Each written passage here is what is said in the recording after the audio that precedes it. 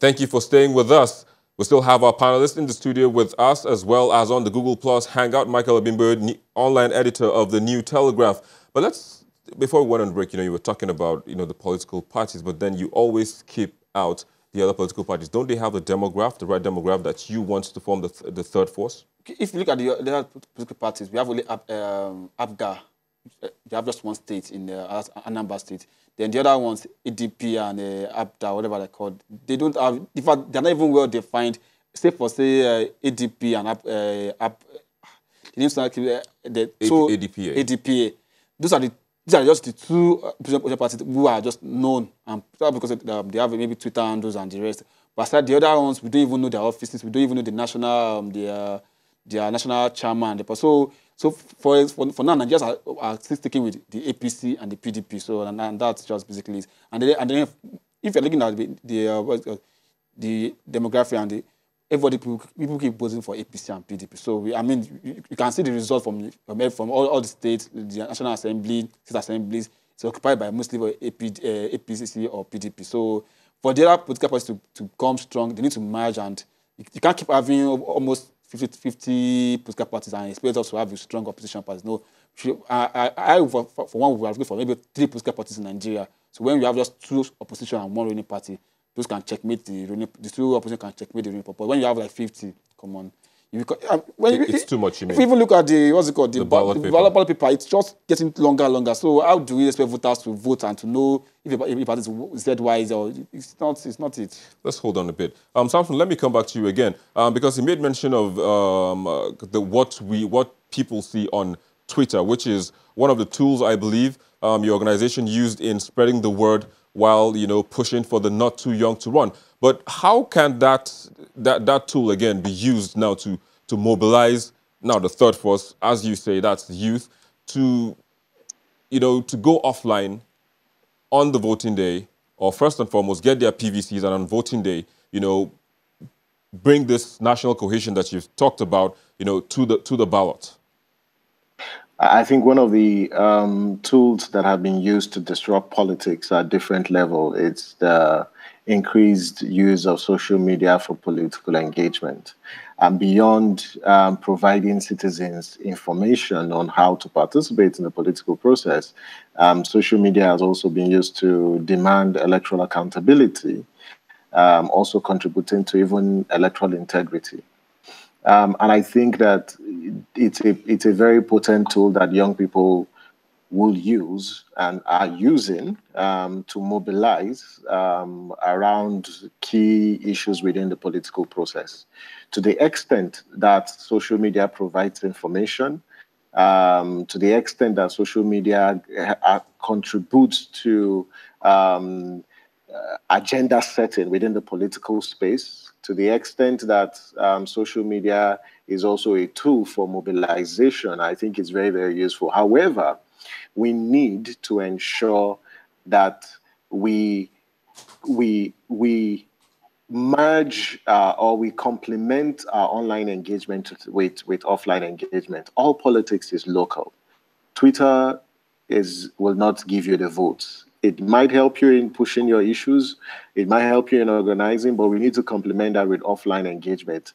We need to reach out to the grassroots communities at the local level. And for me, that's where structures are very, very important.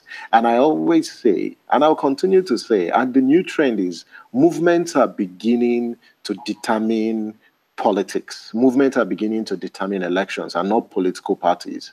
What political parties simply do, in my opinion, they just grant you access to the ballot. Apart from that, you need to build a solid movement. Look at what happened in Liberia. Yes, you had the CDC, but you had a stronger movement behind George Weah, and that's the movement of young people. And they cut across at the national, at the regional, as well as the local level. So we need to reach out to those people and mobilize them. But I think social media provides us that very, very unique opportunity. It is a means to an end, and it's not an end in itself. And that's something for political organizers will need to be very, very mindful of. You also need that convergence with traditional media, radio, television, our newspaper. All these avenues of political socialization need to be activated. The same way the ruling elite deploys their strategy using different kinds of communication tactics. It's the same way we as young people need to creatively use the social media, use traditional media to advance our agenda. At the end of the day, politics is about numbers. We need the numbers, and these communication tools help us give us these numbers that can alter the balance of power in 2019. Again, we'll have to wait till 2019 to see how that will play out. But then thank you very much for joining us on the program. Samson Itodo, convener of Not Too Young to Run, as well as Ben Cosmos. You joined us from Malaysia, Kuala Lumpur, precisely. But just in wrapping up quickly, do you think that third force will disrupt national politics in 2019? Yes or no? Yes. You think it will? Yes. I'll hold you to your words and see what happens in 2019. You owe me something if that doesn't happen. But that's a wrap on the program. On this segment of the program, we'll take a break and we'll be back with the most viewed videos on our YouTube channel in the past week. Please stay with us. This week's 5 most watched videos begins with the declaration that the Coalition for Nigeria movement, formed by former President Olusegun Obasanjo, will not be a force to be reckoned with come 2019 elections. It's not going to work. It's not going to work first when you look at it within the time frame of when Obasanjo starting his new coalition to the time of having election. Particularly, you need a political party. To the Benue matter. Mr. Moshood, we want you to clarify for us. The fourth spot is the video of police spokesman Jimoh Moshood explaining why the spokesman to former military president General Ibrahim Babangida, Kassim Afegbua, was declared wanted by the force. Of giving false statements, making false statements, making injurious falsehood, and equally defamation of character, and also for an act which is inimical to law and order in the country, because the statement he released was disclaimed by his principal, and we are investigating. As a us, we are not running. In third is the video of former member of the lower legislative chamber, Patrick Obahiagbon, maintaining that the APC and President Buhari deserve a second term in office. He has the constitutional locus poenitentiae to want to do a second term.